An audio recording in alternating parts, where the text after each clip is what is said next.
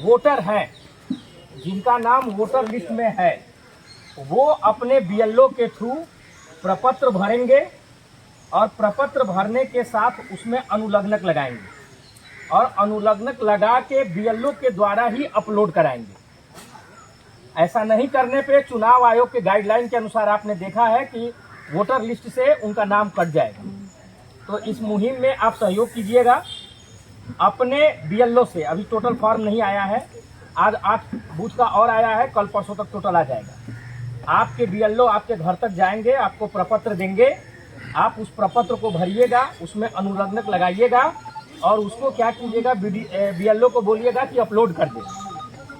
ऐसा करने के बाद आप परसिस्ट हो जाएंगे, उसमें आपका नाम सतर्कता के लिए हो जाएगा, अन्यथा चुनाव आयोग के विवेक पे डिपेंड करता है।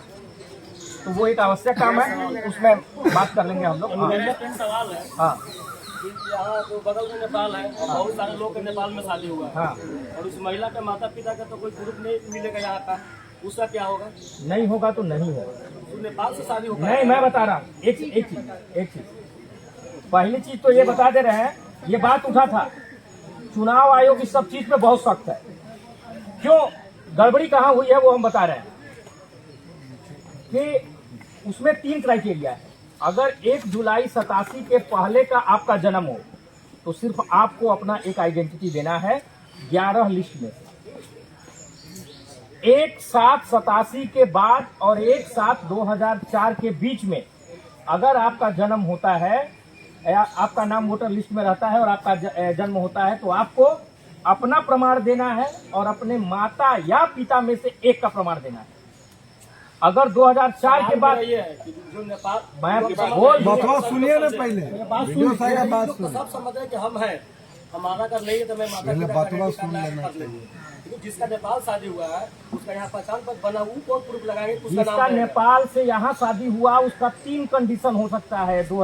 1987 के पहले, बीच में, 87 से लेके 2004 के बीच में अगर आपका जन्म हुआ है तो आपका आइडेंटिटी और आपके माता या पिता में से एक की आइडेंटिटी अब इन पे आ रहे हैं। 2004 के बाद जिनका हुआ है उनका आइडेंटिटी और उनके माता और पिता दोनों की आइडेंटिटी का अनुलग्नक चाहिए। अब नेपाल वाली बात पे आ रहे हैं। नेपाल से जिन्होंने यहाँ पे आके शादी की, नियमतः उनको अपना नागरिकता त्यागना पड़ेगा नेपाल का। अगर उन्होंने यहाँ की नागरिकता ली है और नेपाल की नागरिकता नहीं त्यागी है तो यहाँ चुनाव आयोग के अनुसार यहाँ के वोटर लिस्ट में रहने के वो काबिल नहीं। अब वो अपना प्रमाण देंगे कि 2007 में 7 साल पहले हमने नागरिकता त्याग दी है, ये उसका प्रमाण है, तब इसमें प्रोसेस करेंगे। उसको ये शपथ देना होगा, वीडियो से उसके लिए शपथ देना होगा उसको। नागरिकता वहाँ त्यागते हैं तो वहाँ का प्रमाण आपको देना पड़ेगा कि हमने नागरिकता त्यागा है। यहाँ कौन प्रूफ लगाएंगे कि यहाँ वोट लिस्ट उसका नाम रहेगा? ये बताइए। क्या वहाँ जिसका नागरिकता नहीं है, हाँ, ठीक है, यहाँ उसको नाम बचाने के लिए क्या लगाना पड़ेगा? माता और पिता में से एक का दस्तावेज लगाना पड़ेगा।